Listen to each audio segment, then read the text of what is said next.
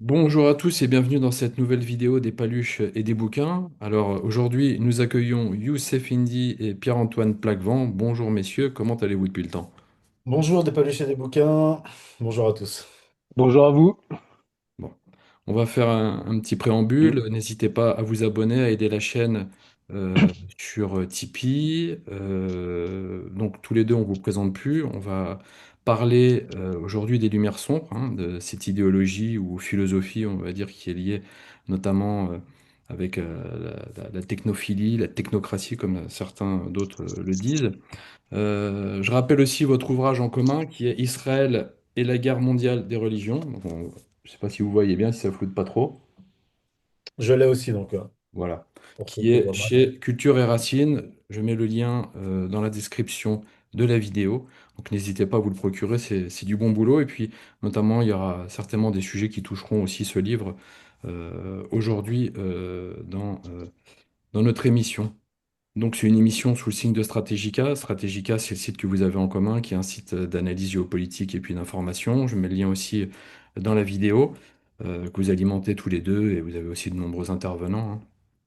Je ne sais plus qui y a aujourd'hui, à ce jour, qui vient régulièrement maintenant sur Stratégica pour faire Bah, quelques articles. en fait, il y a une partie toujours qui est un peu de veille d'information, hein, où on reprend beaucoup d'articles maintenant, mais beaucoup d'articles à l'international aussi, et même directement en anglais aussi, parce qu'ils sont assez intéressants. Et maintenant, les gens peuvent les traduire rapidement Hmm. avec les outils Internet.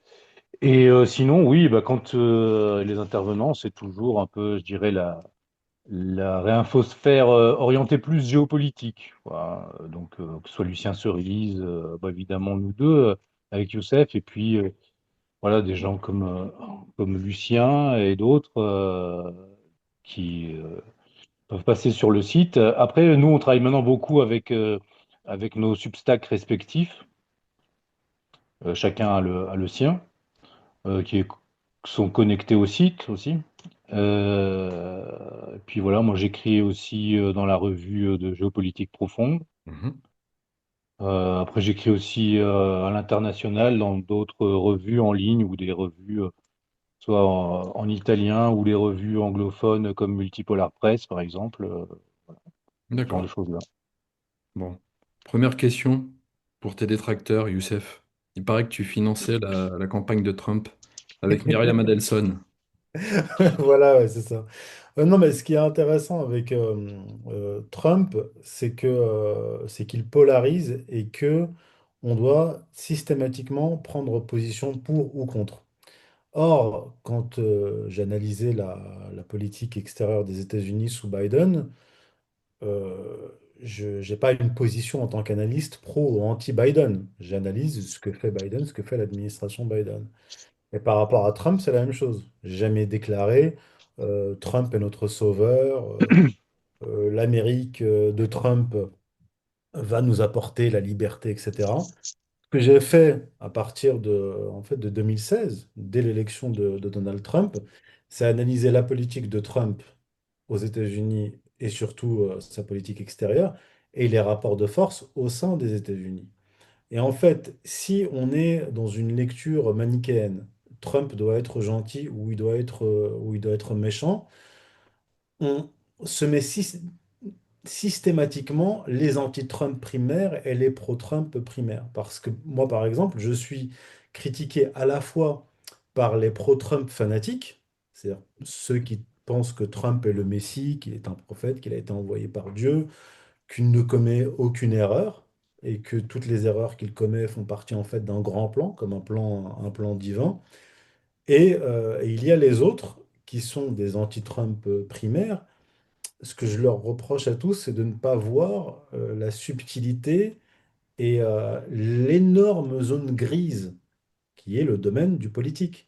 Donc, si on aborde la politique, que ce soit la politique des États-Unis ou de la France ou de la Russie, avec ce prisme-là, en fait, qui est un prisme religieux, manichéen, c'est bien ou c'est mal, on ne peut pas être performant dans l'analyse. Donc moi, tout ce que j'ai fait sur Trump depuis le début, et là encore, il ne s'agit pas de prendre des extraits de mes vidéos ou d'articles, c'est de voir tout ce que j'ai pu écrire et dire sur Trump depuis 2016, dans des sites à l'époque, Géopol Intel, Arrêt sur Info, mes différents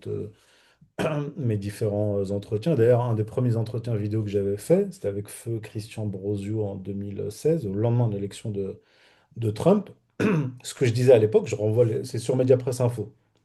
Allez sur Mediapresse Info, vous tapez Christian Broseux, Youssef Indy, élection de Trump, ça date de novembre 2016. Vous regardez l'intégralité, en tout cas la partie qui concerne Trump et l'avenir de sa politique. Ce que je dis aujourd'hui n'est pas très différent de ce que je disais à l'époque. Je disais à l'époque que la puissance sioniste aux États-Unis est incontournable, qui devrait composer avec, qu'il pourrait y avoir un fausse flag des Israéliens qui entraînerait Trump à la guerre, que à l'époque Trump était un isolationniste. Euh, il a évolué, on en parlera certainement. Mais je disais, je me souviens très bien, je disais que un président ou la Maison-Blanche ne peut absolument pas faire un virage à 180 degrés à l'énorme machine impériale des États-Unis. Voilà.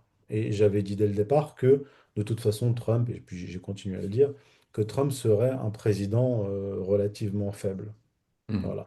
Et donc, il devrait composer avec. Et d'ailleurs, j'avais relevé à l'époque et par la suite qu'il a été financé par la famille Adelson et ainsi de suite. Donc, je renvoie les gens à mes articles 2016, 2017, 2018, 2019, tout ce que j'ai pu écrire sur Trump jusqu'à aujourd'hui, c'est cohérent et je ne renie pas ce que j'ai écrit. Maintenant, il peut y avoir des erreurs d'analyse. Quand on observe ce qu'a fait Trump durant son premier mandat, c'est-à-dire les frappes théâtrales contre la Syrie en 2017, en 2018, la menace d'une guerre contre l'Iran qu'il a annulée à la dernière minute, les frappes théâtrales contre l'Iran, d'ailleurs, l'année dernière, bon, on pouvait dire, voilà, la Mhm. politique de Trump est en partie théâtrale. Il donne le change aux Israéliens pour ne pas entrer complètement en guerre. Et on pouvait se dire, bah, il ne va pas entrer en guerre contre l'Iran. Sauf que là, il est entré en guerre contre l'Iran. Mais après, il faut regarder exactement dans le détail pourquoi il est entré en guerre contre l'Iran. Parce que il a voulu frapper l'Iran le 28 février et négocier un cessez-le-feu dès le lendemain, le 1er mars, en pensant qu'en leur mettant un grand coup sur la tête, les Iraniens se soumettraient. Or, il y a une variable qu'on ne peut pas mettre de côté, c'est le comportement de l'adversaire, à savoir les Iraniens. Et les Iraniens ont décidé que non, ils ne négocieraient pas comme l'année dernière. Et donc la guerre a commencé et s'est prolongée. Donc je demande juste aux gens de lire, voilà, et d'écouter attentivement et de ne pas attendre des gens qui leur disent tel président est gentil, tel président est méchant. Il n'y a pas de président gentil ou méchant. Il y a des personnes à la tête des États qui peuvent être plus ou moins gentilles ou plus ou moins méchantes, mais il y a la logique de l'État. Et l'État, il a sa propre logique. Et l'État ne doit pas être confondu avec le chef de l'État. D'ailleurs, dès qu'un président américain arrive au pouvoir, on voit bien que sa politique est redirigée par des pesanteurs étatiques de l'État profond et de l'oligarchie. Voilà. Je termine là-dessus, je rends la parole. Très bien. Justement, on reviendra certainement sur le sujet Trump et cette guerre, qui a une relation ou pas avec notre sujet. Donc aujourd'hui, on va parler des Lumières sombres ou la néo-réaction. Il y aura certains personnages comme Curtis Yarvin, Nick Land, Peter Thiel aussi. Il y en a d'autres, hein, bien entendu. Mais ceux-là, on va dire, sont les principaux, avec cette philosophie qui... Enfin, philosophie, c'est un grand mot, je dirais, mais qui vient un petit peu à contre-courant du globalisme, apparemment. Hein, je dis bien apparemment. Est-ce que, Pierre-Antoine, tu pourrais nous présenter un petit peu les Lumières sombres? Depuis quand parle-t-on de ce courant et comment est-il né? Alors moi, ce que j'ai analysé plutôt, c'est l'aspect technocratique, et notamment autour de Elon Musk, Peter Thiel, etc. Les Lumières sombres, donc c'est un courant plus large. Il y a des gens qui sont plus des idéologues ou des professeurs. Moi, je me suis intéressé plutôt à ceux qui sont des acteurs, et parmi les plus influents actuellement, comme Elon Musk, et leur idéologie. Donc, si on part sur Elon Musk, je ne sais pas si on peut l'affilier directement aux Lumières sombres, mais en tout cas, c'est, je dirais, l'acteur métapolitique conservateur le plus influent actuellement. Et si on fait sa généalogie, donc c'est ce que j'ai publié sur mon Substack et sur Strategica, toute une étude. Il y a la première partie, la deuxième partie va apparaître prochainement sur la généalogie technocratique de Elon Musk. Et en fait, sur l'idée que le grand-père d'Elon Musk était dans les années 20-30 un membre influent, un des directeurs de la branche canadienne du mouvement technocratique aux États-Unis. Maintenant, quand on parle de technocratie, on parle à notre époque d'une forme de gouvernance. En fait, à l'époque, il s'agissait vraiment d'un mouvement politique qui prétendait, après la crise de 29, en finir avec à la fois avec le système capitaliste et en même temps éviter d'aller dans le système socialiste. Donc ça se présentait comme une troisième voie entre socialisme et capitalisme. Et en fait, c'était un petit peu quelque chose qui était, je dirais, à la mode à l'époque, puisque quelque part, le fascisme se présentait comme une troisième voie entre socialisme et capitalisme. Même en France, il y avait ce qu'on appelait les non-conformistes des années 30, qui cherchaient aussi une voie intermédiaire, puisqu'en fait, tout le monde, je dirais comme à notre époque, et quasiment à un siècle de distance, constater l'échec à la fois du capitalisme, de la démocratie de marché, et à la fois et en fait craignait son alternative qui était le bolchevisme et les informations arrivaient à l'époque déjà, même si les communistes, eux, avaient cette religion hein, presque du communisme, les informations arrivaient sur ce qu'était la réalité du communisme sur place. Voilà, donc tel qu'il était réellement réalisé. Et donc des gens comme Joshua Haldeman, le grand-père de Elon Musk, avait commencé à faire ce mouvement qui avait beaucoup d'adhérents et qui en fait théorisait des choses. C'est là que c'est intéressant de voir qu'il y a je pense, une vraie filiation, des choses qui rappellent ce que maintenant fait Elon Musk. Elon Musk a déjà fait référence à l'idée de technocratie en disant par exemple que avec SpaceX, il réaliserait la technocratie martienne. Il prendrait le contrôle de Mars et réaliser la technocratie sur Mars. Je crois que même les dirigeants de, de Tesla s'étaient fait renommer officiellement Technocrat Kings ou un truc comme ça. Donc c'était à la fois de l'humour, mais à la fois des références à cette filiation, à cette généalogie. Et en fait, et il y a surtout une idée qui est centrale, c'est l'idée géopolitique qu'il y avait derrière ce mouvement technocratique. À l'époque, les technocrates américains, là aussi, proposaient un troisième terme entre l'État-nation, qui n'était plus adapté à la taille des échanges de cette déjà prémondialisation, mais aussi voulait éviter le mondialisme, déjà à l'époque, qui était le mondialisme que proposait, je dirais, la SDN à l'époque, et puis tout ce qui était le wilsonien, tout ce qui était déjà les courants comme le Council on Foreign Relations, tous ces gens-là, la Fed aussi, tous ces gens qui étaient pour une intégration économique et politique à l'échelle occidentale, puis mondiale. Et les technocrates disaient non, en fait, la bonne échelle, c'est l'État continental et en fait, c'est l'État continental technologique. Donc, ils appelaient Technate. Donc, et ils militaient et donc c'est ce que je montre, hein, il y a beaucoup d'illustrations dans ce dossier pour montrer à l'époque déjà la taille de ce mouvement et puis les illustrations qu'il faisait, et notamment les explications géopolitiques avec des cartes qui montraient donc l'unification du continent nord-américain, du cercle arctique, donc incluant le Groenland, voilà, et jusque au nord incluant le nord du Venezuela. Donc toute cette partie Amérique du Nord, du cercle arctique jusqu'à l'Amérique centrale et jusqu'au nord de l'Amérique du Sud, était inclus dans ce technate nord-américain. Ce technate nord-américain devait aussi fonctionner avec un système post-capitaliste et post-monnaie. C'est-à-dire qu'il n'y aurait plus d'échange d'argent. La valeur des choses ne serait plus calculée avec des prix basés sur une monnaie, mais elle serait basée sur l'énergie qui aurait été nécessaire pour fabriquer ces biens. Et chaque citoyen du technate nord-américain recevrait des bons, en fait, des bons énergétiques qui seraient des bons de consommation.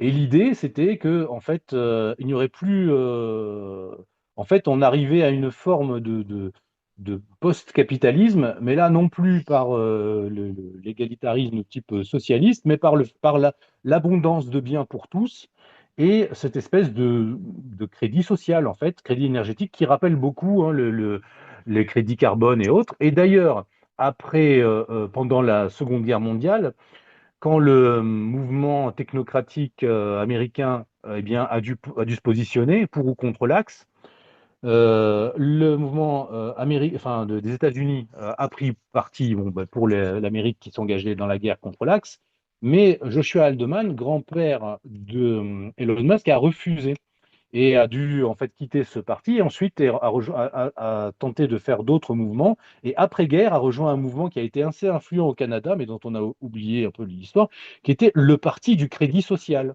littéralement, et qui se voulait là encore un mouvement. Ce n'était pas maintenant on présente le crédit social comme quelque chose forcément voulu par les élites et imposé au peuple. Là, c'était une sorte de crédit social populiste, c'est-à-dire c'était là encore la volonté de trouver un système pour faire sortir de la pauvreté la population et en finir avec la dictature des politiciens et des banquiers. C'était présenté comme ça. Le mouvement technocratique aussi était présenté de cette manière-là. Donc c'était assez intéressant à voir dans ce sens-là. On pourrait dire, c'était ni socialiste ni capitaliste, mais c'était en fait et dans l'idée en fait que la technique, la technologie, et là on rejoint ce qu'a voulu faire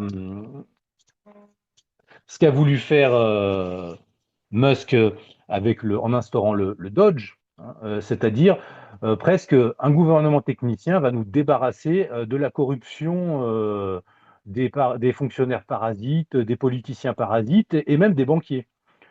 Donc, alors il y avait un côté un peu utopiste, hein, presque, hein, puisque ce que je pense, hein, c'est que, enfin, ce que qu'on constate même, c'est que finalement, des idées ont été captées de ces mouvements-là et ben, elles sont maintenant utilisées par l'élite et par le projet, je dirais, de la technocratie de droite.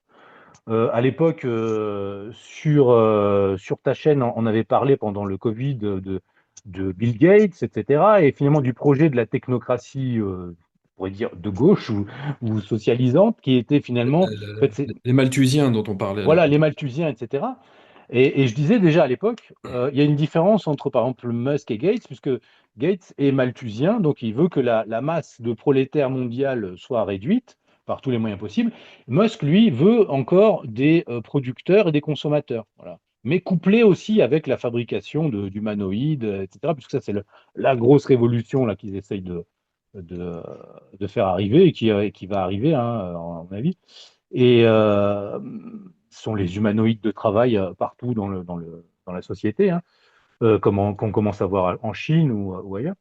Et donc, il y a un peu deux visions qui s'affrontent, on pourrait dire, au sein des élites occidentales contemporaines. Et les élites de type malthusienne ont essayé de passer en force avec le Covid. Ensuite, le Covid, finalement, a été, ça c'est intéressant, ben, des personnes Curtis Yarvin, qui participe des Lumières sombres, lui, il parle du Covid comme un Great Awakening, un grand éveil. Donc, ce grand éveil a fait comprendre à une masse de gens qu'en fait, le projet, je dirais, de l'élite sorosienne, Gates et autres, était en fait, que de l'élite de gauche, en fait, était quelque chose de délétère et de dangereux. Et donc, on va dire, il y a eu ce vote vers Trump, vers le Trumpisme, et avec derrière Trump, des gens comme Peter Thiel, donc un des patrons de Palantir, qui soutient Trump depuis longtemps, hein, depuis les premiers mandats, depuis avant l'élection de Trump en 2016, et puis Musk qui a basculé ensuite. Et donc ces gens-là, derrière, finalement, utilisent Trump pour amener leur transformation technocratique, comme les Gates, Soros et autres utilisaient Biden, la gauche, Obama, etc., pour amener leur version de la chose. D'où aussi, après on pourra en reparler, mais un affrontement même sur la question israélienne, qui n'est pas vue de la même manière selon ces deux visions. Voilà. Alors après, il y a encore un autre niveau d'analyse. On pourrait dire, oui, mais en fait, c'est une sorte de dialectique où, voilà, comme dirait Pierre Hillard, il y a une jambe et l'autre, et puis ça avance comme ça, un coup l'un, un coup l'autre. C'est possible, mais en tout cas, les affrontements sont réels, et on voit il y a une différence de projet réelle, et je pense que là, les coups que donne. En fait, Trump ne fait pas n'importe quoi. C'est pour ça que je rejoins totalement ce que dit Youssef là-dessus. C'est l'analyse qu'il faut avoir. Enfin, si on veut faire une analyse, après, si on veut être dans autre chose, et c'est vrai que beaucoup de gens, et je le comprends, nous, notre travail, c'est d'analyser les choses et d'essayer comment dire, de cartographier un peu ce qui se passe pour arriver à le comprendre. Mais si on est comment dire, si on cherche à la fois soit des sauveurs, soit des prophètes, c'est-à-dire soit des gens qui vont être voilà, des gens qui vont nous sortir de la chose ou des prophètes, c'est-à-dire des gens qui vont prédire l'avenir. Je pense que c'est pas, on va toujours être dans la désillusion et surtout on va pouvoir être manipulable par des gens qui savent utiliser ça, puisque maintenant on est dans la guerre des narrations, donc même autour de Trump. Donc il faut toujours garder une espèce de recul. Et justement, Youssef parlait justement de dialectique, eh bien, il faut soi-même être un dialecticien, c'est-à-dire comprendre comprendre la logique du politique, l'essence du politique, c'est quoi? C'est le rapport de force. Alors, car je me disais, c'est la distinction ami-ennemi. Moi, je pense réellement, c'est le rapport de force de tous de chacun avec tous, en fait, hein. Et c'est une espèce, plus encore que le jeu d'échecs, c'est le jeu de Go, en fait, hein, où il y a vraiment tous les acteurs qui sont pris dans un même champ. Si on parlait en physique quantique, on pourrait dire un même champ quantique, et tous ces acteurs comment dire, interagissent sur la même arène. Et en fait, bah, certains ont des avantages plus gros de par je dirais, leur patrimoine et les moyens qu'ils ont, d'autres moindres, mais chacun peut jouer la partie. Mais pour jouer la partie, c'est d'abord là-dedans que ça se passe. Donc c'est pour ça qu'il faut avoir beaucoup de recul et ne pas se laisser prendre par les émotions ou par les émotions que l'on manipule justement pour nous hameçonner. Et donc, je pense que sur Trump, pour moi, il ne fait pas n'importe quoi. Il joue cette stratégie du fou. Même actuellement, dans la guerre, effectivement, en fait, il est constamment contraint, de par je dirais, la résistance des puissances illibérales extérieures à l'Occident politique, de monter d'un niveau, mais il ne fait pas, on n'est plus dans les guerres unilatérale qu'on a connue avec l'Irak, première campagne, et puis même deuxième campagne, c'est-à-dire qu'on est dans autre chose là. C'est-à-dire il hésite à chaque fois à franchir un palier, parce que l'ennemi qui est en face, maintenant, c'est un ennemi réel, c'est une alliance d'ennemis, et donc, il ne faut pas passer comme ça. Et en plus, il y a un autre niveau. Cette guerre, je dirais comme la guerre en Ukraine, hein, est bénéfique pour la transformation du système, pour la transformation, pour le passage d'un système globaliste à un système organisé en États cybernétiques continentaux, comme veulent le faire les Palantir, Musk, etc. Eh bien, pour passer du système sorosien au système Musk ou Peter Thiel, eh bien, la guerre est bénéfique parce qu'elle crée de fait des blocs, comme ça, et elle permet à l'intérieur de transformer progressivement le système avec, on le voit, de tester. Si on regarde le rôle de Palantir, par exemple, c'est intéressant parce que Palantir, avec ses IA, a participé largement au ciblage du Hamas et puis des populations civiles à Gaza, et maintenant est utilisé largement dans les frappes en Iran. Et en interne, j'irai à l'Occident, Palantir devient une espèce d'outil de surveillance toujours plus lié à tous les services de renseignement occidentaux, y compris alors les ennemis soi-disant des États-Unis européens comme la France qui ont recours au service de Palantir. Alors si on s'oppose à Trump, c'est étrange, mais ça montre que ça c'est un peu la façade, parce que il y a le software et le hardware. Dans le hardware, tout le monde est en Occident est soumis aux Américains, et la guerre qui se produit va soumettre encore plus structurellement aux Américains. Donc on va avoir toujours plus cette tendance à deux blocs, hein, Amérique-Occident et le reste. Et, euh, et donc voilà, et donc le projet est finalement assez cohérent si on regarde ce que fait Trump. il attaque le Venezuela, il décapite quand même le pouvoir, il réussit à le faire. Il continue ses menaces envers le Groenland. Il installe des régimes pro-américains de droite conservateurs en Amérique du Sud. Bon, bah, le projet avance. Alors maintenant, il se grippe face avec le gros, avec le gros de l'adversaire, puisque là, en tapant l'Iran, je veux dire, c'est comme taper la Russie ou la Chine. On tape dans l'une des trois puissances qui tiennent le Heartland eurasiatique. Voilà, donc ça aussi, c'est des notions qu'il faut avoir un peu en tête en géopolitique. Et effectivement, et sortir un peu de cette pensée. En fait, le problème, ça, c'est les gentils, les méchants, etc. Bon, ça, ça ne marche pas quand on Mhm. regarde la logique géopolitique réelle. Mhm.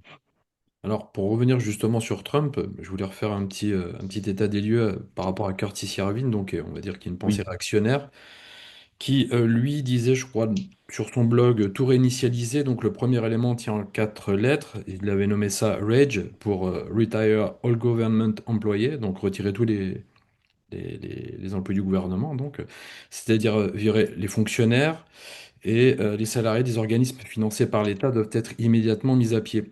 L'enjeu donc serait de faire tomber l'appareil d'un seul coup. Ensuite, la solution est simple, c'est trouver le meilleur PDG du monde et lui donner la mainmise complète du budget, les politiques publiques et le personnel. Donc on a vu avec Musk, c'est ce qui s'est passé.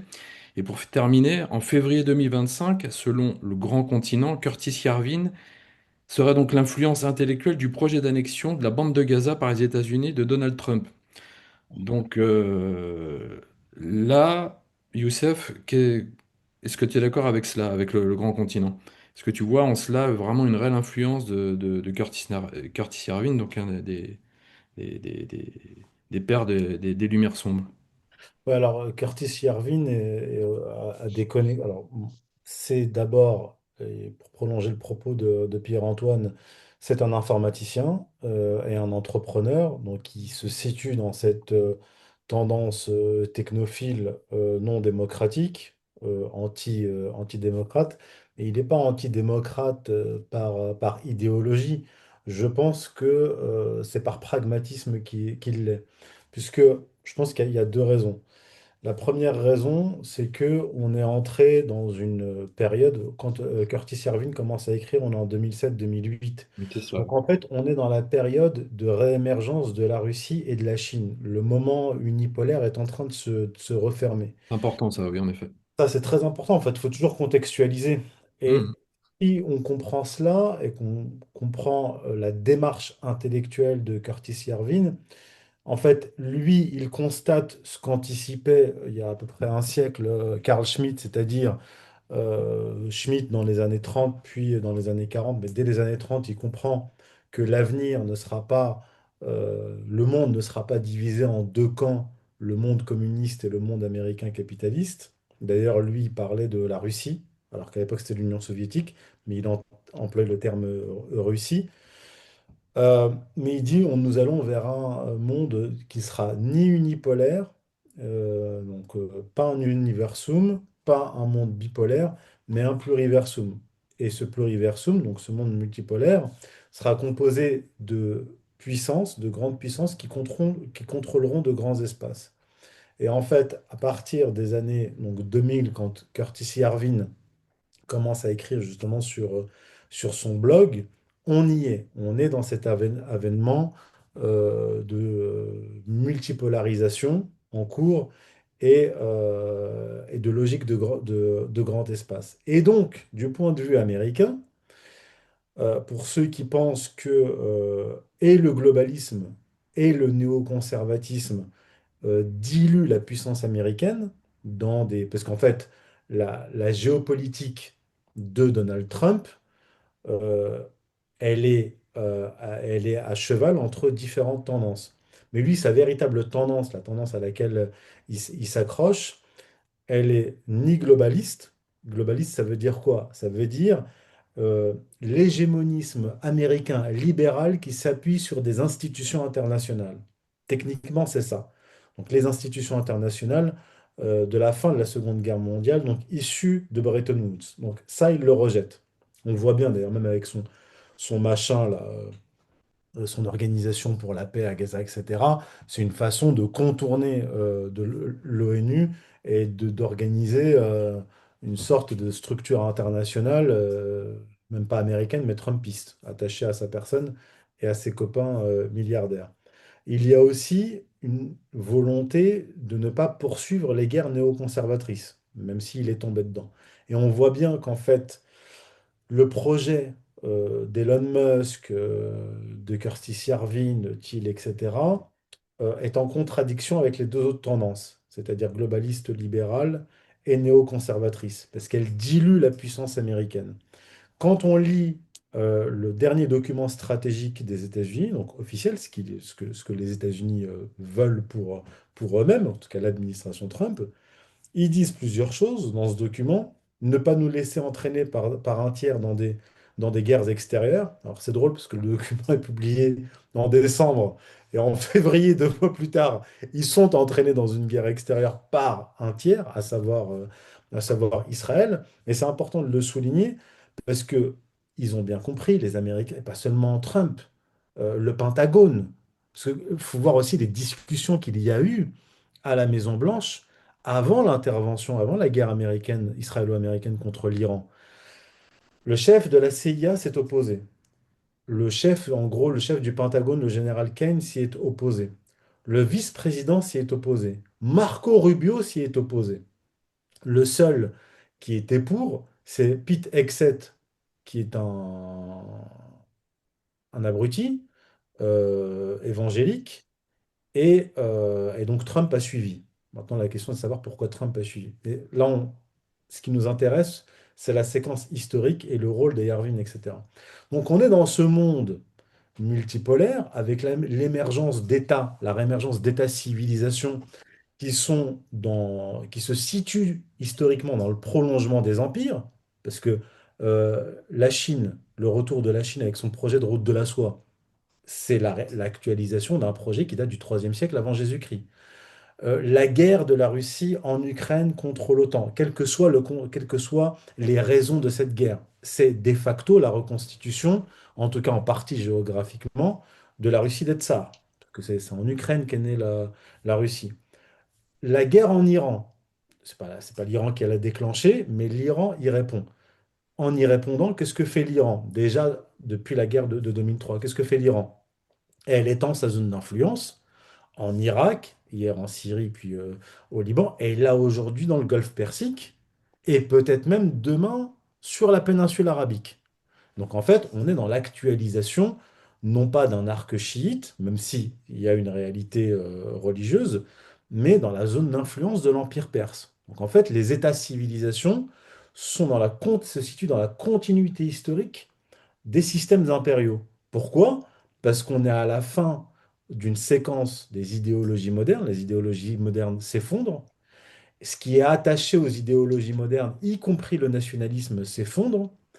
Et donc on entre dans cette logique de grand espace impérialiste, etc. Et donc les Américains, de leur point de vue, quand ils voient ça, ils disent, mais attendez, nous, on est enfermés dans notre république pseudo-démocratique et en fait oligarchique, qui n'est pas du tout contrôlé par le peuple, mais par des oligarchies. Et en gros, ce que dit Yarvin, combiné à Thiel et combiné à Elon Musk, c'est qu'on doit sortir de la séquence républicaine et entrer dans la période impériale. Et quand on dit impériale, je ne parle pas de l'hégémonisme global, libéral, thalassocratique américain, dans une logique impériale continentale. Et si on revient à l'époque romaine, dans l'histoire romaine, je ne confonds pas du tout les États-Unis avec Rome. Pour moi, c'est l'anti-Rome, les États-Unis. Parce que Rome était un empire et les États-Unis sont un hégémon. Ça n'a strictement rien à voir. Mais les Américains, enfin, certains Américains, eux veulent entrer dans une logique impériale romaine. Parce qu'en fait, on voit bien que Rome a été une monarchie, puis c'est devenu une république, et quand elle a atteint une taille critique, Rome est devenue un empire. Et donc, je pense que les États-Unis, en tout cas certains penseurs américains, estiment être dans cette séquence de transition entre la République et l'Empire. Et donc, pour pouvoir survivre, les États-Unis ont besoin d'une nouvelle stratégie mondiale, celle qui est présentée dans le document stratégique américain, qui est ni néoconservatrice, ni globaliste libérale, mais c'est un terme qui a été, et une stratégie qui a été proposée depuis plus d'une dizaine d'années par certains géopolitologues américains, notamment Walt Mersheimer, c'est le offshore balancing, c'est-à-dire l'équilibre des puissances à distance. Le document dit, nous ne devons plus nous engager massivement militairement, ça nous coûte trop cher, on n'en a plus les moyens. On doit donner une certaine autonomie à nos alliés, comprendre nos vassaux, qu'on va utiliser pour contenir nos adversaires, notamment la Chine, la Russie, etc. Et nous ne nous engagerons militairement que si nos partenaires ne peuvent entrent en conflit avec notre adversaire et qu'ils ne peuvent pas le contenir. Donc un retrait relatif des affaires globales, mais une concentration sur ce qu'ils appellent, depuis le 19e siècle, l'hémisphère occidental, d'où la doctrine Monroe élargie, c'est-à-dire le contrôle de l'Amérique du Sud et de l'Amérique du Nord, pour constituer une puissance continentale, impériale, et pour ce faire, on doit sortir de la démocratie, c'est ça qu'explique Carvin, sortir de la démocratie, entrer dans un système césariste, comme dirait Pierre-Antoine, en tout cas impérialiste, abolir la démocratie, la République, rentrer dans un système impérial, prendre le contrôle de l'hémisphère occidental, y compris le Groenland, pour pouvoir rivaliser avec les États-civilisations qui ont réémergé. Très bien. Donc, il y a aussi un autre personnage qui est Nick Land et qui a théorisé ce qu'on appelle l'accélérationnisme. Donc, on pourrait dire que c'est une intensification des contradictions propres au capital afin de précipiter donc son dépassement. L'accélérationnisme est une vision donc du futur apparemment qui serait de hâter un futur afin d'accélérer une forme d'eugénisme dans lequel l'homme fusionnerait avec la machine. Cet accélérationnisme a une forme messianique. Athée, toujours athée, donc le devenir de l'homme. Même s'ils sont en contradiction, apparemment, avec, on va parler d'Israël, qui, tu me corriges, hein, Youssef, si on peut les appeler aussi de globalistes, de mondialistes. Euh, Pourquoi cette guerre avec Israël? Pourquoi le masque tombe subitement? C'est-à-dire, là, aujourd'hui, leurs actions dépassent tout entendement. On sent qu'ils se précipitent pour justement gagner du terrain, euh, précipiter le projet Grand Israël. Et étant donné que plus ou moins Trump et ses technocrates auraient adopté euh, plus ou moins l'accélérationnisme, ou, bon, ou non, hein, vous me corrigerez de toute façon dans votre intervention, est-ce qu'il n'y a pas là justement une volonté d'Israël de se dépêcher, justement, de dire on appartient peut-être à l'ancien monde, donc à savoir ce globalisme, ce mondialisme, et on voit se mettre en place justement la technocratie qui peut les aider hein, sous une certaine forme, mais qui va aussi en contradiction. Pierre-Antoine, tu veux répondre ou... Tu vas répondre, Pierre-Antoine?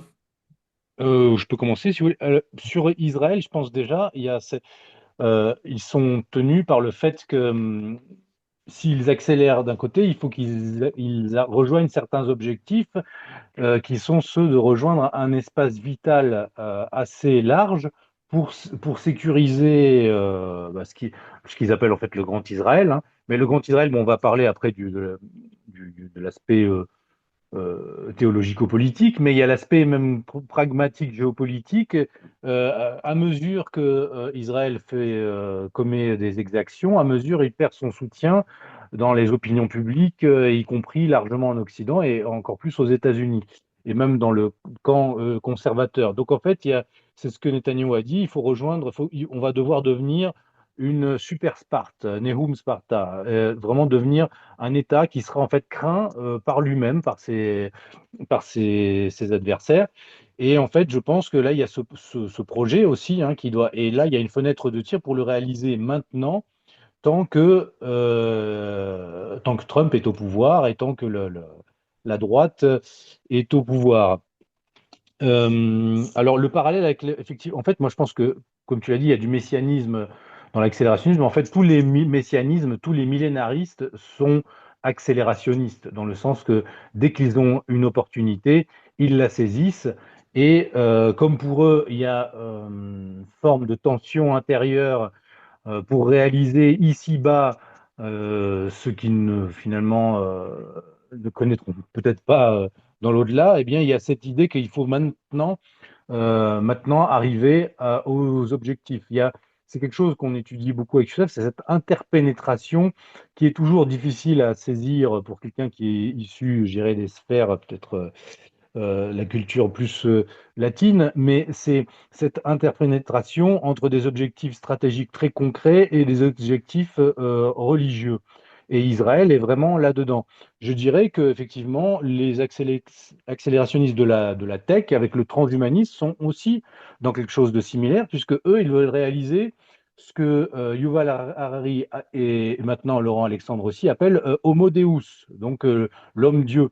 Alors, c'est pas effectivement, c'est l'opposé du Dieu homme chrétien, où c'est par la grâce et en se conformant au modèle qu'on peut se diviniser. Là, c'est l'homme lui-même, par les moyens technologiques, qui va devenir un homme-dieu. Donc, et ça, c'est effectivement que ce soit les accélérationnistes malthusiens, enfin, que ce soit les malthusiens ou bien les accélérationnistes actuels technocratiques, il y a quand même ce fond commun qui est, euh, qui est ce transhumanisme, hein, cette idée que finalement les élus, eux, vivront par la technologie plus longtemps que les autres et auront accès à un monde d'abondance. Souvenons-nous même les promesses de Trump lui-même, hein, il a parlé d'un nouvel âge d'or qui arriverait.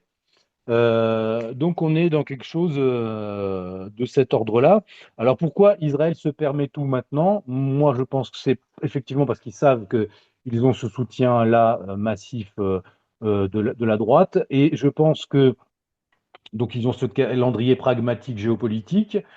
Et il y a aussi, je pense, un calendrier occulte qui est de l'ordre de la. Donc là, c'est la réalisation du Grand Israël, mais en tant que théocratie, avec la reconstruction du Temple de Jérusalem, avec l'idée qu'un roi Messie doit venir. On sait que dans les phases, je dirais, d'accélération, même dans le passé, du messianisme juif, eh bien, ça a toujours fini très mal pour eux parce que euh, quand ils ont commencé à croire que le Messie était imminent, eh bien, ça finit mal, puisque des faux messies se présentent et ils sont persécutés.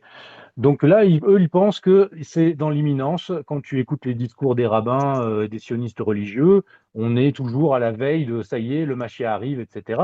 Et je pense qu'il y a ce calendrier occulte aussi par rapport aux chrétiens, en fait, puisque en 2030, on sera dans les 2000 ans du début de la mission du Christ. Et donc, il faut que eux, en quelque sorte, ils aient là, c'est mon interprétation, hein, mais à mon avis, je ne pense pas trop me tromper là-dedans. Il faut qu'ils aient réalisé un système post-chrétien ou qui s'avance vers ça, puisque quand on regarde les dates qui sont toujours, et là, dans tous les types de millénarisme, hein, que ce soit de type Bill Gates et autres, ou c'est toujours 2030-2050. Voilà. En Mhm. 2030, on a rejoint certains objectifs, et de 2030 à 2050, on commence à appliquer vraiment la chose, et en 2050, on doit avoir rejoint des objectifs de type neutralité carbone, etc. Donc, ça veut dire neutralité carbone en 2050, concrètement, ça veut dire qu'on a changé complètement de système, que la population est réduite au milliard et demi d'habitants,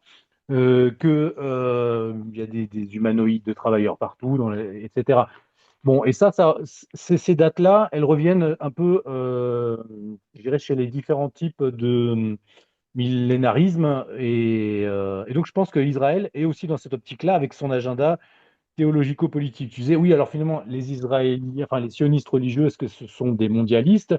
Moi, je les appelle comme il y a eu des socialistes et des nationaux-socialistes, moi, je les appelle des nationaux-mondialistes. Ils sont les deux. Ils sont ultra-nationalistes pour eux et mondialistes pour les autres, puisque dans leur projet, Israël doit devenir une théocratie qui sera non seulement voilà, cette puissance régionale raciale et théocratique, mais aussi une espèce de nouveau Vatican en fait mondial, et en fait d'un nouveau système international. Et là, ça peut rejoindre la chose que l'idée que finalement ils sont en train de démolir l'ancien système, et donc ils s'appuient là-dessus sur Trump et sur tous les Milley, etc., pour démolir l'ancien système sorosien et essayer d'amener le leur, dans lequel ils seraient au centre en fait, au centre d'un côté l'Occident politique, reconfiguré comme l'a dit Youssef autour de cette espèce d'état-civilisation nord-américain avec ses dominions alentours. Et puis cette Eurasie politique, voilà. Et eux, ils seraient, même géographiquement, ils sont au centre. Et en rétablissant même, en reconstruisant le temple de Jérusalem, dans l'époque de l'Ancien Testament, était vraiment le lieu cultuel le plus important. Donc c'était, et pour les Juifs, c'était le centre du monde. Donc en quelque sorte, il serait devenu à ce moment-là le centre du monde. On sait même les idées, ce que dit Attali, hein, Jérusalem capitale mondiale, etc. En fait, tout le monde se rejoint un petit peu dans les élites sur ces idées-là, sauf que là, ils se heurtent, je dirais, à l'agenda, à la géopolitique et effectivement à l'Eurasie politique et aux objectifs qui ne sont pas les mêmes. Et là, on pourrait dire la théologie politique israélienne se heurte à la théologie politique perse et au-delà, russe orthodoxe et au-delà sino-confucéenne, etc. Donc, va y avoir un affrontement théologico-politique hein, qui est déjà en cours et qui est le fond l'arrière-fond de ces questions-là. Et moi, comment dire, je pense qu'il y a une marque de fabrique un peu de ce qu'on fait sur Strategica, c'est d'essayer d'analyser ces différentes couches de réalité et de les comprendre et comprendre comment elles s'interpénètrent et en même temps comment elles sont distinctes les unes des autres, mais en même temps comment elles sont dépendantes les unes des autres. Et voilà, alors maintenant, c'est une question peut-être pour Youssef aussi. Est-ce que Israël a les moyens de devenir en quelque sorte un État-civilisation? Parce que finalement, c'est à ça qu'ils aspirent. Donc, mais sauf que eux, ils ne seraient pas dans un État. Quand on étudie les stratégistes chinois qui parlent d'État-civilisation. Pour eux, un système international d'État-civilisation, c'est un système, si ce n'est égalitaire, c'est au moins c'est un système où chacun y gagne. Et là, on a l'impression, enfin, on constate que pour Israël, l'État-civilisation israélien, ce serait eux au-dessus d'une anarchie mondiale. Donc il y aura toujours une problématique pour inclure, en gros, le judaïsme politique dans un système international cohérent et pacifié. En fait, c'est peut-être impossible. Et à un siècle de distance, on arrive à une échéance, je dirais peut-être tragique, autour du judaïsme, comme on l'a connu il y a un siècle, avec des problématiques qui étaient très proches. Tout comme l'a rappelé Youssef, les gens comme Carl Schmitt et autres entrevoyaient déjà, on était dans la même configuration, c'est-à-dire soit la création d'un monde, en gros, multipolaire stabilisé, soit un mondialisme qui ne voulait pas lâcher prise. À l'époque, c'était mondialisme libéral et mondialisme socialiste. Voilà, et à notre époque, c'est la même configuration qui se présente avec la différence que maintenant, Israël a en plus d'être un réseau comme au siècle passé, a en plus concrètement un État qui grandit, qui grandit, qui grandit et qui ne peut pas ne pas faire penser à ce que l'on voit dans le livre de Daniel ou dans l'Apocalypse quand il est question de ces puissances qui s'affrontent et au milieu d'une corne, donc d'une puissance qui devient toujours plus importante au milieu des autres. Et je pense que c'est Israël. Ouais, ouais. Je vais rebondir là-dessus, je vais répondre. En fait, les États-civilisations, comme je l'ai dit tout à l'heure, sur le plan historique, sur la longue durée, constituent des prolongements historiques des empires. Et donc l'empire intègre différentes nations, ce qu'on appelait avant les nations, différentes langues, différentes communautés, même différentes religions. L'empire est agrégateur, disons. Le problème d'Israël, Israël ne peut pas être un État-civilisation pour deux raisons. D'abord, Israël n'est pas un empire, c'est un hégémon. Et deuxièmement, ce n'est pas une civilisation parce que c'est un système qui apparaît aujourd'hui comme nihiliste. Donc en fait, Israël n'est pas un empire civilisateur, c'est un hégémon nihiliste. Un hégémon, c'est quoi? Euh, Si on fait la comparaison entre Rome, qui était un empire, donc ce qu'on peut appeler un empire civilisation, et Athènes, Athènes était un hégémon. C'était pas un empire. Et la différence entre l'Empire et l'hégémon, pour faire court, ce que j'explique dans mon livre La guerre des États-Unis contre l'Europe, c'est que l'Empire, pour s'établir, doit être un minimum égalitaire, c'est-à-dire avoir comme principe que les hommes sont relativement égaux, même si l'Empire ne considère pas toutes les cultures comme égales, mais il peut considérer que les hommes sont égaux, que sa culture est supérieure, mais qu'au nom de cette supériorité culturelle et au nom de l'égalité des hommes, eh bien, on peut intégrer des hommes qui ne sont pas de notre civilisation à notre civilisation. Et on le voit dans les règles d'héritage de la Rome antique et dans le droit matrimonial, le droit aux hommes, aux familles, donc aux hommes, d'adopter des garçons et des filles qui ne sont pas de leur famille, alors que le système athénien était un système hégémonique qui pratiquait le ségrégationnisme. Ségrégationnisme en interne, c'est-à-dire qu'il faisait la différence entre l'Athénien, le citoyen et le métèque. Je rappelle que le métèque, c'est pas l'étranger lointain. Le métèque, ça peut être le grec qui n'est pas athénien. Donc c'est un système qui est ségrégationniste et d'ailleurs qui est endogame à l'extrême. Je vous donne un exemple qui renvoie au cinéma populaire.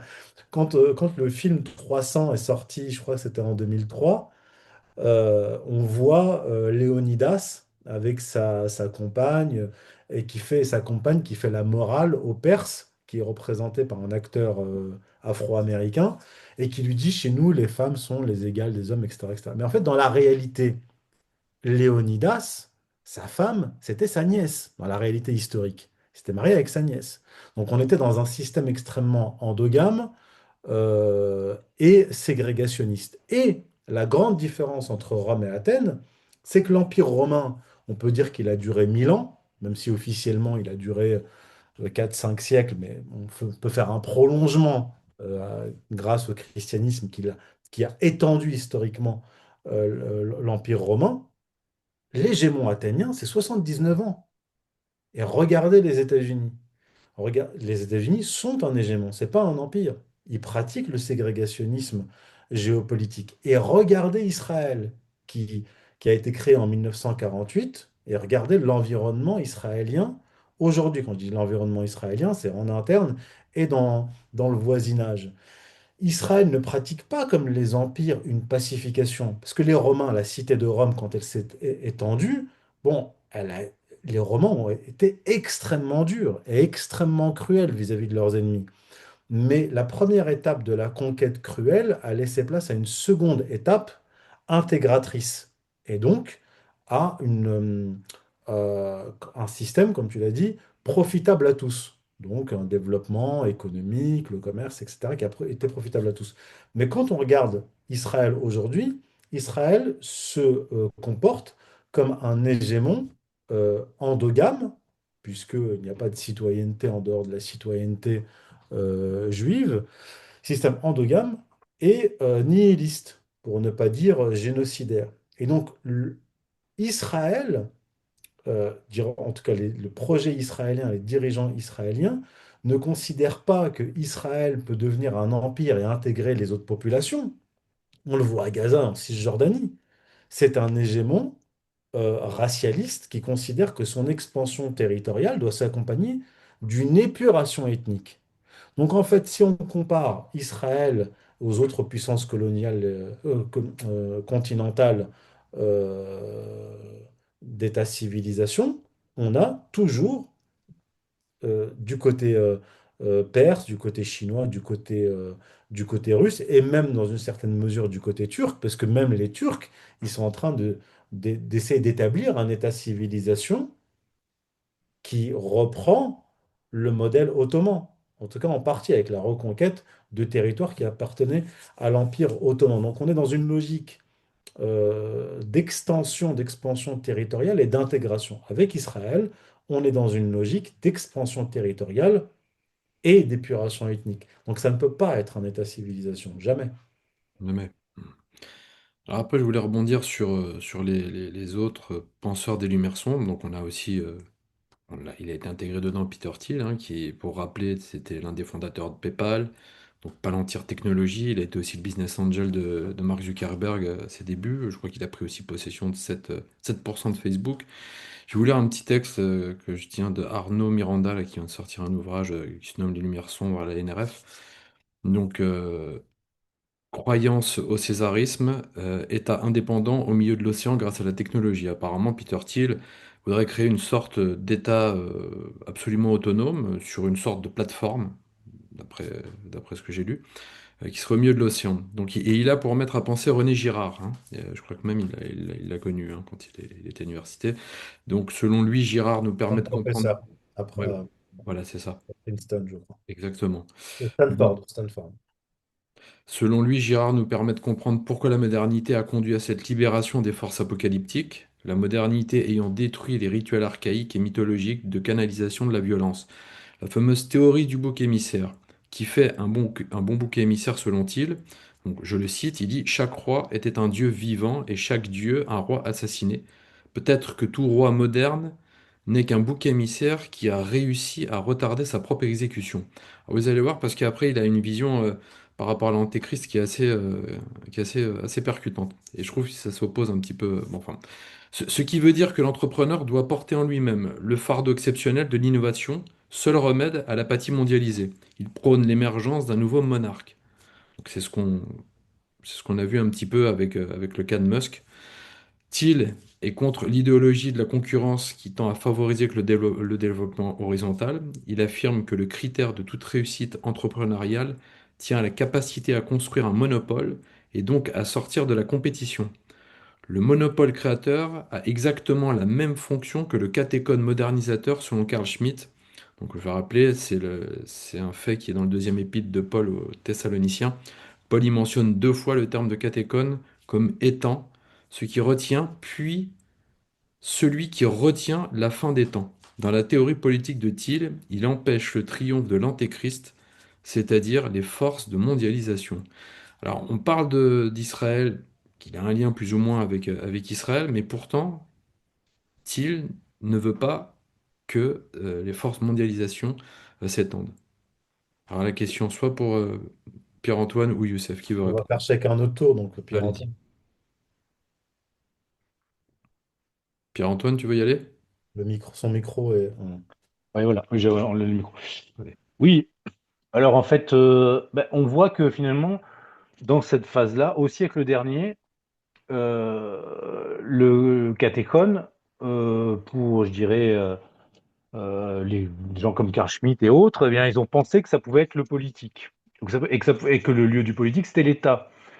Et donc finalement, et c'était un petit peu comme ça que des gens comme Carl Schmitt se sont retrouvés à être des soutiens du national-socialisme.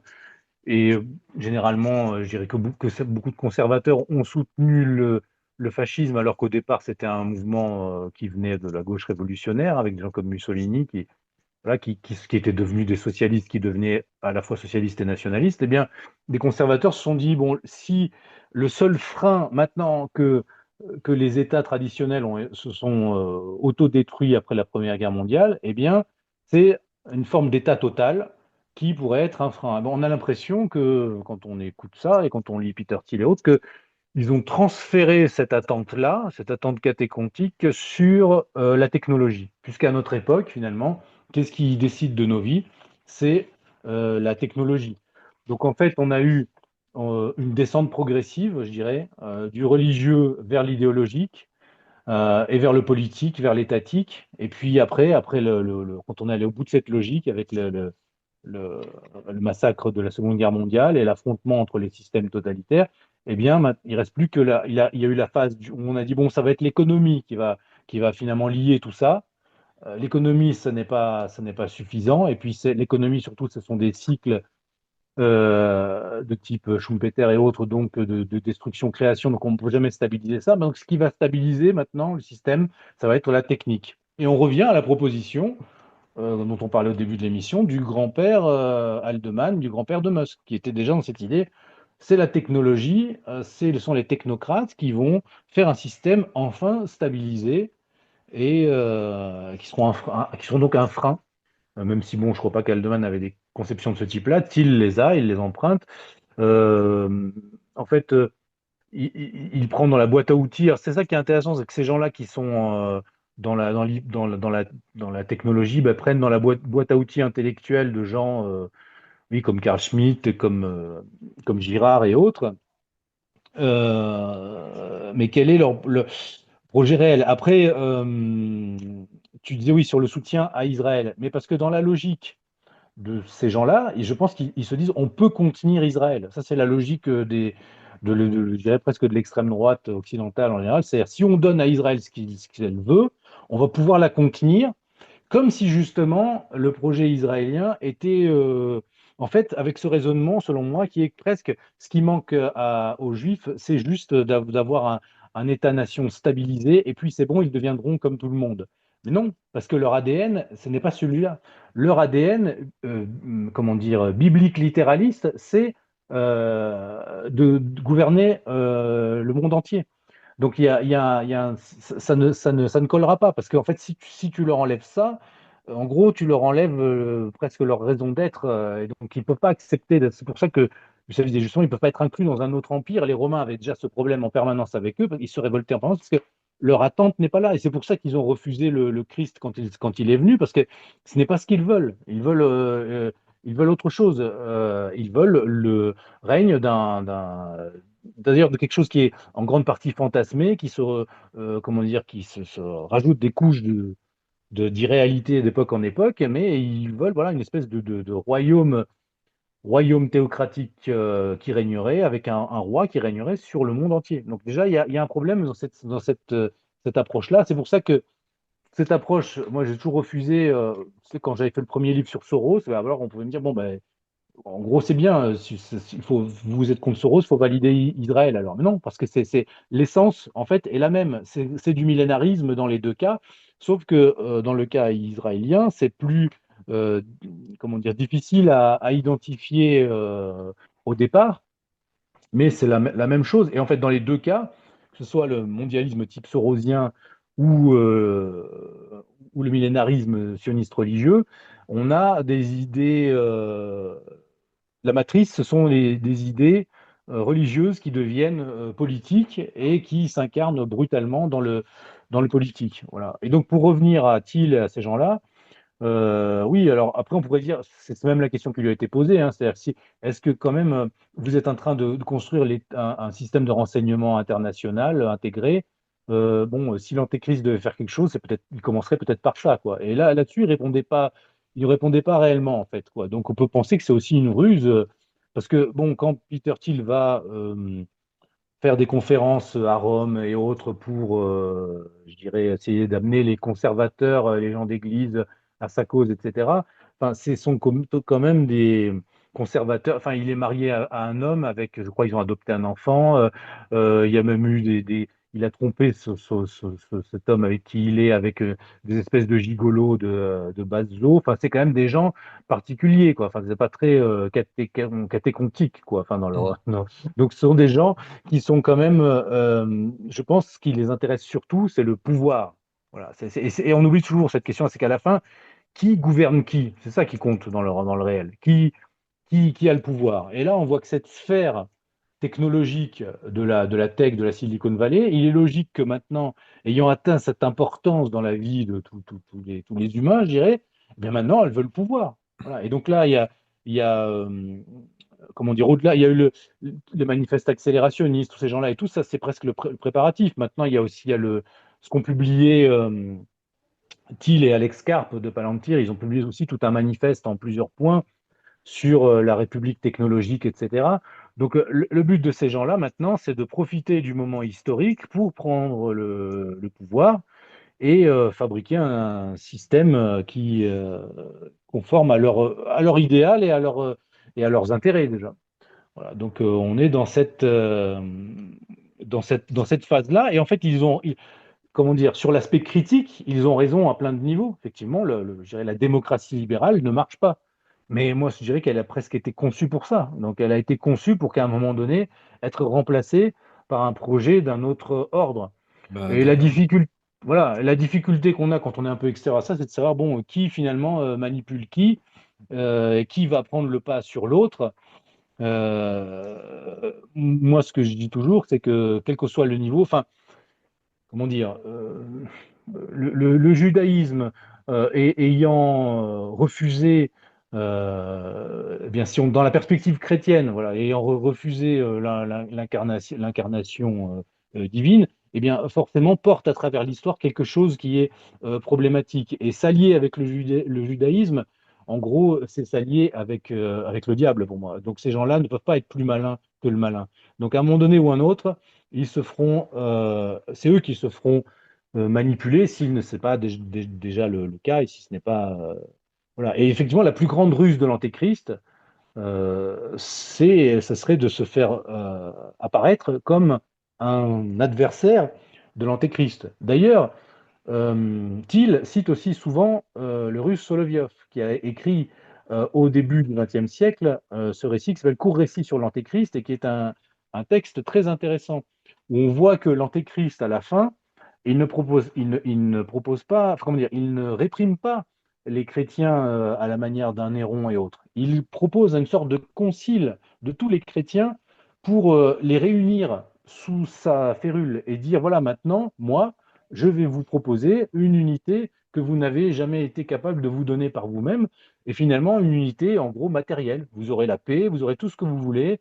etc. Et en fait, les chrétiens qui refusent ce que propose l'Antéchrist, ce sont ceux qui refusent un système où en fait le monarque suprême, le monarque du monde, ne dit pas qu'il est monarque des hommes parce qu'il est représentant de Dieu sur terre et parce que le Christ est au-dessus de lui. Il dit en gros, c'est maintenant, je mets tout le monde au même niveau, y compris les chrétiens. Donc les derniers qui résistent, ce sont ces chrétiens-là. Voilà. Et on a l'impression que dans le système de Thiel et de ces gens-là, ils vont reproposer un système en gros où tout le monde sera mis à peu près au même niveau, mais ce sera, je dirais, en gros un peu inacceptable pour les chrétiens, mais en gros même pour les traditionalistes d'autres traditions.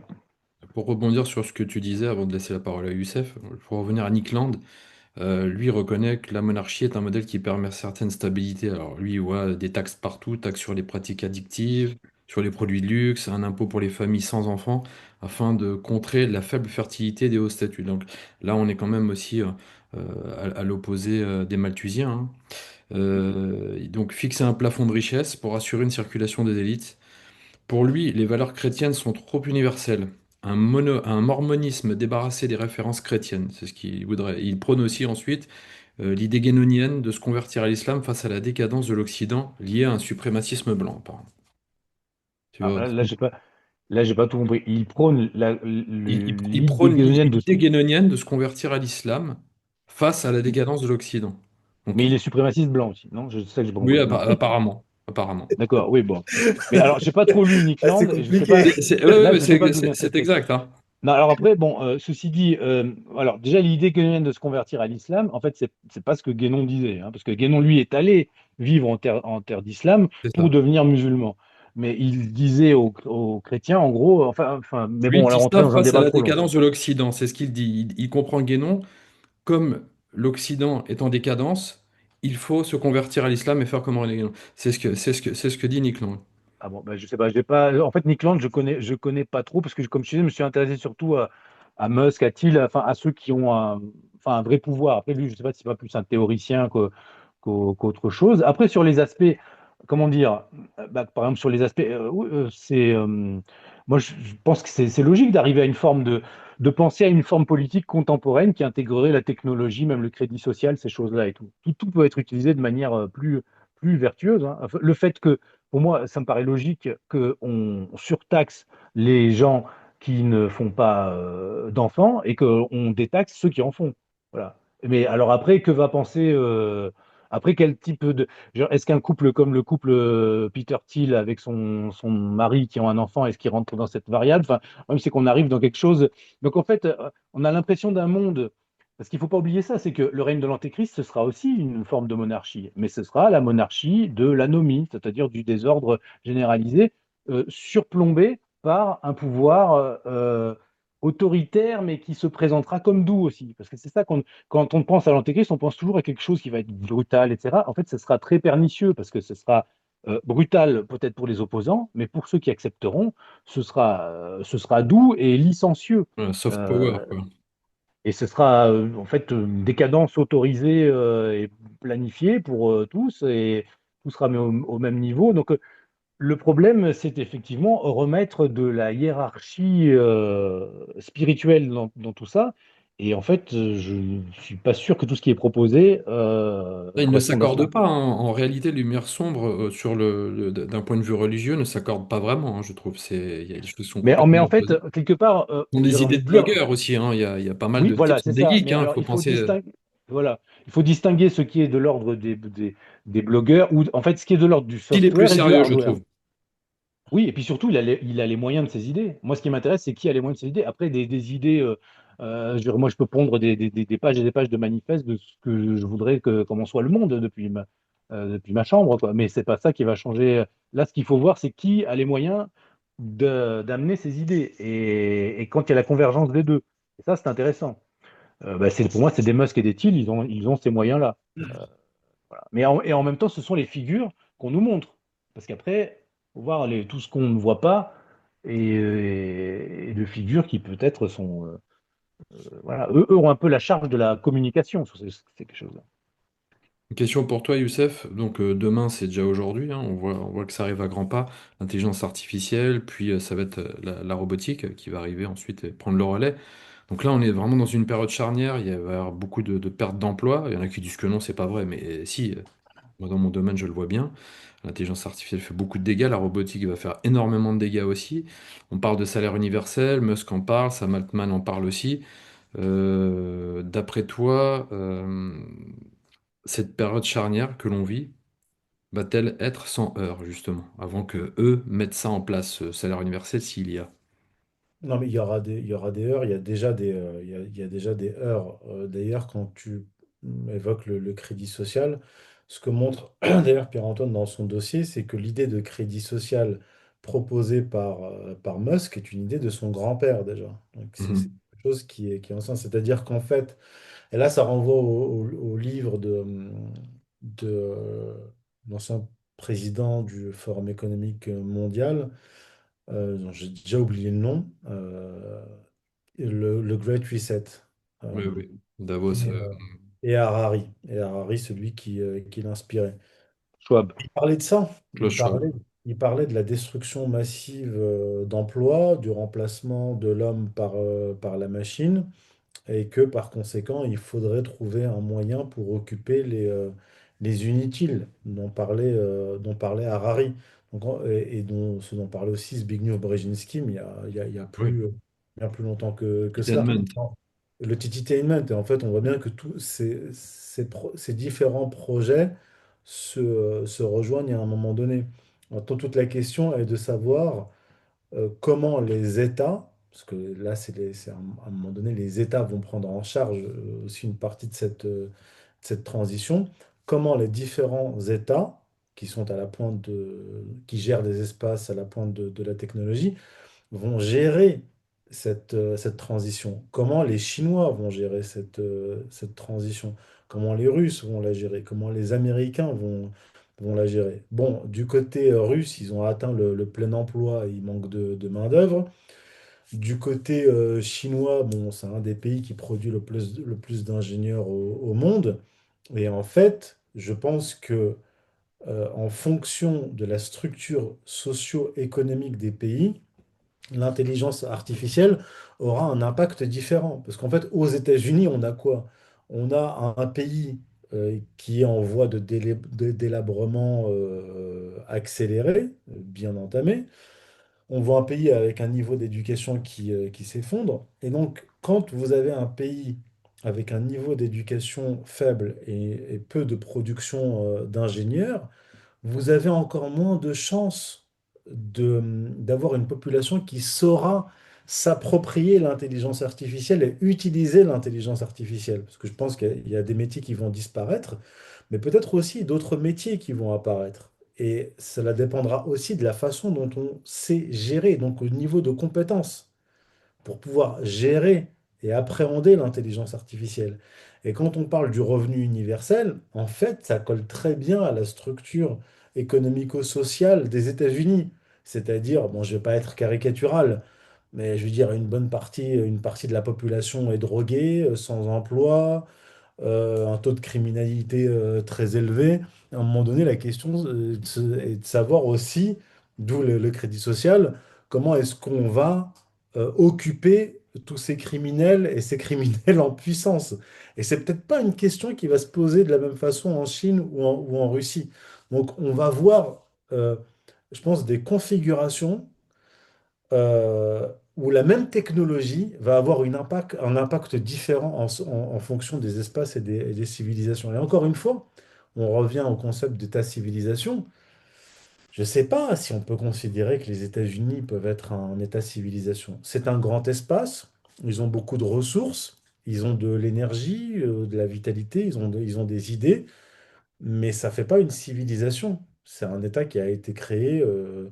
Je veux dire, c'est à peu l'État, les États-Unis sont à peu près aussi anciens que la Révolution française. Donc c'est rien du tout à l'échelle de l'histoire. Et encore une fois, la civilisation va jouer un rôle très important à l'avenir parce que une science ou un développement technologique qui est dépourvu de conscience, de religion, de civilisation peut être destructeur nihiliste dans un cas et florissant dans l'autre.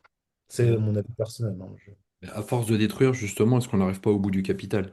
C'est-à-dire, là, c'est sa dernière carte à jouer, la technologie qui remplace l'homme, et après cela. Qu'est-ce que t'en penses, toi, Pierre-Antoine? Bah, ce qu'on voit, c'est qu'à au cours à l'échelle d'un siècle, chaque fois qu'on est passé d'un mode de gouvernance à un autre, d'un système international à un autre, il y a eu une guerre mondiale avant. Puisque, bon, pour passer au système, au pré-mondialisme, SDN et compagnie, il a fallu d'abord l'autodestruction, la destruction des empires traditionnels avec la Première Guerre mondiale. Puis ensuite, pour passer au système onusien actuel, au globaliste actuel, il a fallu la Seconde Guerre mondiale et donc l'affrontement des totalitarismes. Donc maintenant, on se demande effectivement, pour passer aussi à l'étape d'après, est-ce qu'on va avoir une guerre? Ce qui freine cette confrontation, on en a parlé souvent hein, sur Strategica, c'est les armes de destruction massive, c'est les armes hypersoniques, etc., qui font que maintenant, à notre époque, contrairement à la Seconde Guerre mondiale, les élites ne peuvent pas être planquées quelque part, à moins de vivre sous terre. D'ailleurs, ils font construire des abris gigantesques sous terre. Il faut savoir que Peter Thiel avait notamment massivement investi en Nouvelle-Zélande. Alors, depuis quelques années, beaucoup de ces gens de la tech ont quitté la Nouvelle-Zélande et réinvestissent justement ce type pour les abris, les BAD, entre guillemets, mais bon, c'est des BAD, c'est des hôtels Hilton, quoi. Donc, mais aux États-Unis, dans la perspective, je pense, du grand État nord-américain en guerre un peu avec le. Et dans l'idée de Peter Thiel, d'ailleurs, il y a aussi, avec le Groenland, ils ont levé des fonds pour faire un fonds d'investissement qui créerait une sorte de cité-État au Groenland. Mais en fait, il y aurait des cités-États comme ça à différents endroits sur Terre. Et je pense qu'ils ont, là, je spécule peut-être, mais dans leur idée, il y aurait l'idée que la population serait incluse dans ces grands États continentaux et eux seraient un peu dans ces sortes de cités-États offshore qui seraient un petit peu accessibles à l'élite. Et là, on serait dans la pure puissance thalassocratique, en fait, hein, puisque c'est d'ailleurs l'enjeu de la guerre actuelle, hein, c'est le contrôle d'un détroit et d'un point de passage. On est typiquement dans la puissance thalassocratique qui cherche à contrôler les flux plutôt que forcément les espaces. Et donc là, il faudrait un mix, un modèle intermédiaire avec cette idée. Et même, j'avais vu dans le terme du Dodge de Elon Musk, on ne peut même pas penser au Doge qui était cette figure justement, qui était une figure, je dirais, théologico-politique qui gouvernait la République de Venise et qui avait une puissance sur les mers du monde. Et en fait, quand tu vois, d'ailleurs, quand tu visites le palais des Doges, il est intéressant de voir que c'est une puissance prétendument catholique, mais dans le palais des Doges, il y a aussi une statue de Poséidon. Donc on est dans quelque chose, alors on pense oui, c'est juste symbolique, etc., si on veut, mais non, il y a quand même des traces de ce paganisme, et autres. Mais donc, je pense qu'on va aller vers un monde de ce genre-là. Donc, est-ce qu'il y a effectivement, le capitalisme, là, arrive à son... et il y a un côté bluff technologique aussi, même avec tout ça, parce que il lance plein de choses en même temps, mais est-ce que ça va vraiment bien se coordonner, bien fonctionner, etc. C'est pas non plus certain. Comme dit Youssef très justement, ça va dépendre de la capacité d'accueil des différents pays et sphères de civilisation. On a l'impression, et d'ailleurs nos élites se lamentent de ça, qu'en France, on est assez technophobe, hein, comme on était vaccinophobe aussi. Enfin, décidément, on est un peu en retard, on veut pas, quoi. Et donc, on va voir ce que ça va donner. Moi, je suis persuadé que, en fait, vu l'ADN de la France, par exemple, c'est le politique qui doit être mis au-dessus. Donc, il y aura toujours ces luttes politiques, même si les gens n'en ont pas conscience. On ne peut pas accepter. Enfin, le noyau dur de vrais Français sera toujours un peuple politique qui voudra remettre du politique par-dessus ces questions-là. Alors que ces gens-là veulent oblitérer le politique et nous noyer dans, euh, dans la technocratie. Donc il y aura, voilà, et suivant effectivement les États, suivant les cultures, bah forcément, ça ne sera pas la même chose. Ce qui est étonnant, ce sont ces documents, par exemple, j'avais montré dans le livre Société ouverte contre Radi, je l'ai repris là sur le Substack, un document fait par le think tank Casaleggio Associati, proche de qui est en fait think tank qui était fondé par Casaleggio, qui était un des deux fondateurs du mouvement 5 étoiles en Italie. Mouvement 5 étoiles qui se présentait comme souverainiste, mais qui en fait derrière avait des objectifs de type mondialiste et qui s'est toujours plus révélé comme ça. Je crois que même sur leur logo actuel, il y a marqué, je crois qu'il y a marqué 2050, ils sont même sur leur logo, parce que dans l'idée que c'est Oui. l'échéance. Voilà. Et en fait, dans ce document, c'était intéressant, ça s'appelait 2054, je crois, Gaïa, le futur de la politique.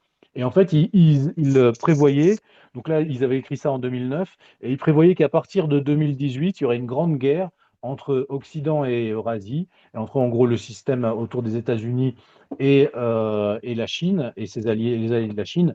Bon, eux étaient dans une optique plus. Donc eux, ils pensaient que ça serait plus. Enfin, ils pensaient pas trop au Trumpisme, ils pensaient plutôt vraiment au système type société ouverte contre la Chine et autres et que il y aurait l'emploi d'armes bactériologiques, il disait, donc ça, à partir de 2018-2020, donc comment ne pas penser au Covid, et que suite à ça, il y aurait une montée progressive, et qu'autour voilà, de 2030, etc., on serait dans l'échange dur, avec même l'échange nucléaire entre ces deux parties, que ça amènerait des catastrophes écologiques, la réduction de la population à 1,5 milliard d'habitants, tiens donc, voilà, et qu'après, aux alentours de 2040, on serait sorti de cette phase de confrontation et évidemment, les méchants seraient vaincus et s'installerait de cette dialectique entre Occident et Eurasie une espèce de paix, enfin de citoyenneté mondiale où tout le monde serait intégré dans un réseau mondial qui s'appellerait, je crois, ils appelaient ça Earthlink, je crois, ou quelque chose comme ça, une sorte de Google planétaire. Et en fait, tout est droit, tout serait dans ce réseau. Et les gens qui seraient dans ce réseau, donc le milliard et quelques habitants, pourraient voter pour le président du monde. Et à partir de 2050, voilà, et ce système s'appellerait Gaïa, et donc tout serait intégré, la biosphère, l'humanité, etc.